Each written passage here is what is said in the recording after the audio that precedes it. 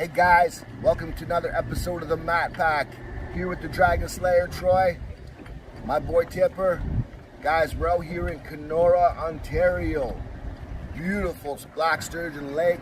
Guys, it is amazing out here, guys. My boy Troy here has some questions about jiu-jitsu, so I'm going to do my best to give you my variation of the answer. Okay? Troy?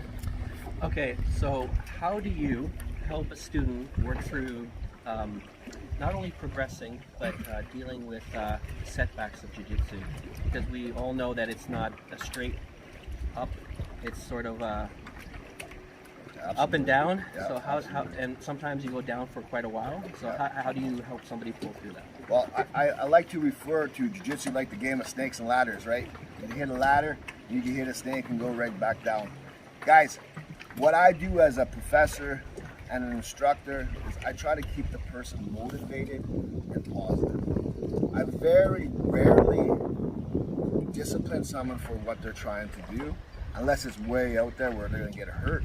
I let them be creative with their movement, creative with their idea of jiu-jitsu, because guys, my opinion of jiu-jitsu, you got to make it your own eventually, okay? You have to develop your own game, your own style, how you want to move, how you want to roll. Every single human being's different, and everybody is going to move different.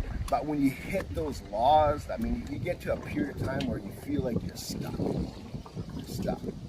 That's the hardest times in jiu-jitsu. It's just to push past that, man. I had good professors who encouraged me to do other stuff, to open my game, to play other ways, right? So that's what I did personally to get through my laws. And I tried different angles where it'd be like, okay, I'm taking a break from X guard, I'm going to work a little bit on De La Hiva. Okay, I'm taking a little bit away from sport jiu-jitsu, I'm going to work a little bit on self-defense. Okay, so it's always challenging yourself, but not getting stuck in a slump. Okay, and guys, belts, man, a belt holds up your pants, right? On the mat, you gotta be able, this is my belief, okay? You gotta be able to prove to yourself. Now, not by kicking everybody's ass, okay? That's not what I'm saying. You gotta prove, if you're a blue belt, man, I'm not saying you have to go out there and smash every single white belt out there, right? Because that's not gonna happen. You're gonna find someone younger, someone stronger, and they will catch you, for sure, it happens, okay? But what I'm talking about, you have to have the skill, you have to have the technique, you gotta have the knowledge, right? That's what I'm talking about. So a blue belt should have a fair bit of knowledge, purple belt more, brown, black, you should be knowledgeable, man. Okay? Then you start working on your professor stripes, then you start working on your degrees. Man, it's a never-ending state of learning, okay? So don't give up. It's a long road, and trust me, you get laws, man. Even as a black belt, sometimes I think to myself, what's going on? I feel like I'm stuck. And I just challenge myself, where Professor Marco will send me something to work on.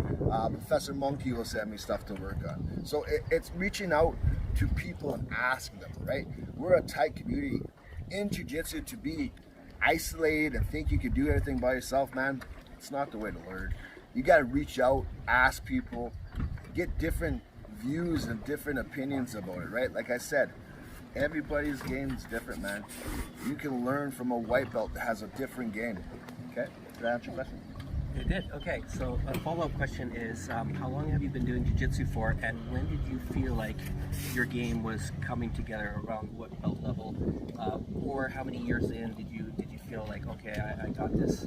So, like I said, I dabbled in jiu-jitsu in 1996. Okay, that's when I first started fooling around with the notion.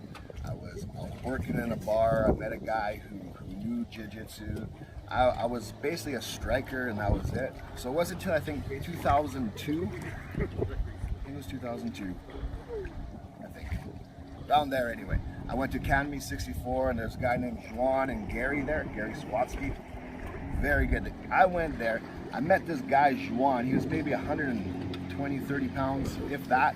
The guy kicked my ass over and over again. And he said, come, and I went, I'm punching and kicking. He closed the distance, and he kicked my butt. Okay? So right there and then, my whole world went, I said, if this guy could beat me like this, okay, I gotta learn this magical stuff. So from that day on, I strictly started learning jiu-jitsu. Don't get me wrong, okay? I love martial arts, so I went to a kung fu place. I learned some tiger hook swords, 3-sectional staff. I love the martial arts, right? So I always will be a student of the martial arts, okay? So in jiu-jitsu, I felt into making my own game probably around purple to brown. Brown belt for sure, purple belt, just trying to figure out what I like, okay? But brown belt really honing my skills into my own game. Okay. We're going to have a lot of dog watchers coming on board, hopefully. And for anyone, including them and everyone else that's thinking about taking jiu-jitsu, but they have some nerves about it because it's live resistance, you're fighting, you're testing your skill set. What's the best piece of advice for them to give to them and suggest to you? So any new people come to jiu-jitsu, take it easy, relax. Your first day should be joyful, okay? Not till the third or fourth class you start thinking, oh my God, this stuff is crazy, right? Just ease into it. Don't think you're gonna learn everything in one day, because that will never happen, man. I've been doing it for a long time, and I'm just scratching the surface, okay? The biggest piece of advice I can give a newcomer is don't give up. Keep coming, keep pushing yourself to be better, okay? That's what this guy here did, man. When I first met this guy, boom, got hurt. He was out for his rib. You were out for what? A month. A month, okay? After that, he said, Professor, man, I gotta pick things up. I said, okay, well, we started doing private lessons together, man, and the guy's a monster now. Yeah, wait, you guys ever get a chance to roll this guy? Monster. Okay? Next question. That's it for now. Is there anything else that you want to add? What are your expectations for the channel with your love for dogs and reaching the broader community in jiu-jitsu? Well, I'm a big believer that I want everybody to get out there and try jiu-jitsu, man.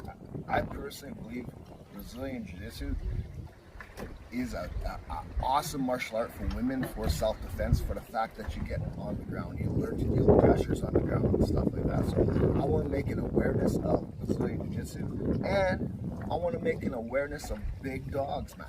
Big dogs that get a bad rap, whether it be a Rottweiler, whether it be a Pit Bull, whether it be a Great Dane, German Shepherd, any kind of those big dogs, Doberman, okay? You get a bad rap. They're an awesome breed dog. Trust me, I have a Doberman as well. The biggest baby you'll ever meet, okay?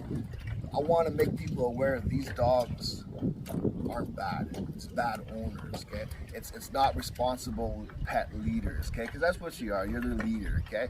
You gotta be a good, responsible pet leader to show these guys the right way, or else they're gonna act out. They're gonna bite kids. They're gonna attack. They're big dogs. Okay, so you got to be a responsible leader from the beginning. I want people to be aware of that, and there's awesome channels. Like, don't get me wrong, I'm not trying to beat these other channels out. I just want to make people aware, maybe direct them to these other channels that know better, like the Fenray Canine Show, okay? Or there's this Cane Corso man I love. His name is Bruce Wayne. It's Jason Corey 204, I think, or 401, or some I can't remember the exact name of it right now, but awesome, okay? His name is Bruce Wayne. Look him up.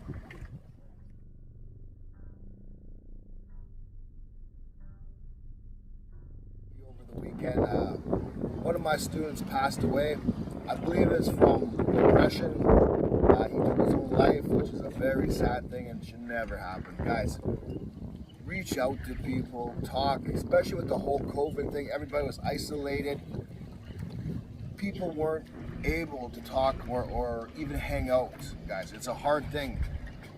Mental illness is a tough thing to deal with, guys, but I'm telling you, man, jiu-jitsu helps. Sports help. Being interactive with other people help. You have a community, even if it's like playing Dungeons and Dragons or some. Get out there, hang with people, talk to people. Now that COVID's lifted a little bit, get out, man. Don't get into that slump of being isolated, okay? Go buy a puppy. Go take him for a walk. One thing I do have to say about jiu-jitsu is that the community you get into in jiu-jitsu, it becomes like a family, okay? Everybody's tight, and I believe that's, again, man, through the closeness of combat, you develop a bond like no other. It's a way to really get to know one. Last video I was talking about how we get to know each other through grappling. That way we develop strong bonds, guys. This is the Matt Back. Hit the subscribe, hit that bell. Guys, wear sunscreen, because this will happen to you. Bert, only thing that gives me peace is the water.